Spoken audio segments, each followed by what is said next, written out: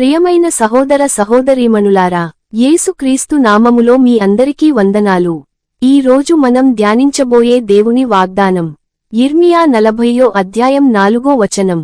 నేను నిన్ను భద్రముగా కాపాడెదను. ఈ చిన్న వాక్యంలో చాలా గొప్ప అర్థం ఉంది. మన జీవితంలో ఎన్నో భయాలు, సమస్యలు, అనిశ్చిత పరిస్థితులు ఉంటాయి.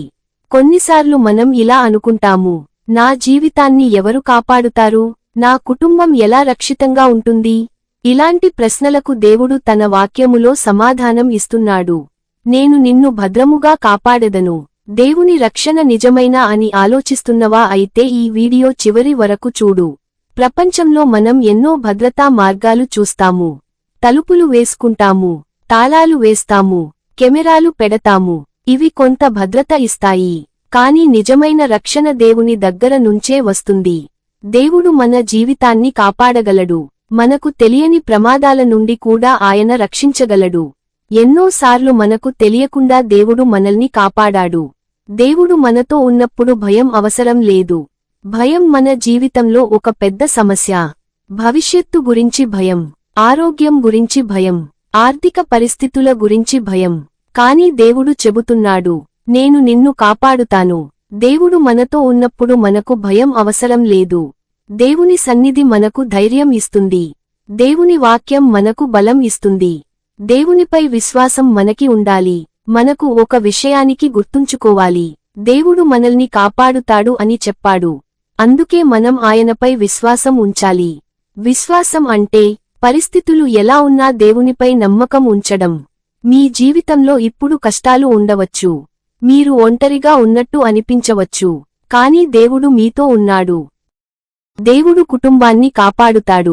దేవుని రక్షణ మన జీవితానికే కాదు, మన కుటుంబానికి కూడా ఉంటుంది. మీ పిల్లలు, మీ తల్లిదండ్రులు, మీ కుటుంబ సభ్యులు దేవుని చేతిలో ఉన్నప్పుడు వారికి రక్షణ ఉంటుంది. అందుకే ప్రతిరోజూ మన కుటుంబం కోసం ప్రార్థన చేయాలి. ప్రియమైన వారులారా, ఈ రోజు మీరు ఒక విషయానికి గుర్తుంచుకోండి, మీరు ఒంటరిగా లేరు. దేవుడు మీతో ఉన్నాడు. ఆయన చెబుతున్నాడు, నేను నిన్ను భద్రముగా కాపాడెదను.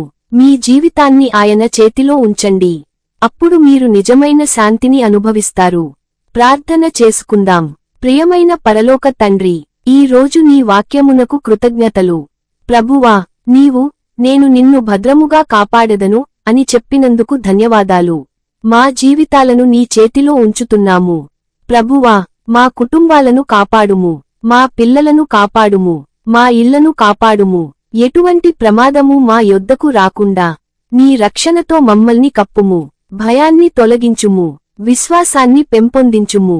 ఈ వీడియో చూస్తున్న ప్రతి ఒక్కరిని నీ కృపతో ఆశీర్వదించుము. నీ శాంతి మరియు రక్షణ వారి జీవితాల్లో ఉండునట్లు చేయుము. యేసుక్రీస్తు నామములో ప్రార్థించుచున్నాము. ఆమెన్. ఈ వీడియో మీకు ఆశీర్వాదంగా ఉంటే లైక్ చేయండి, షేర్ చేయండి. మరిన్ని దేవుని వాక్యాల కోసం సబ్స్క్రైబ్ చేయండి. దేవుడు మిమ్మల్ని ఆశీర్వదించుగాక.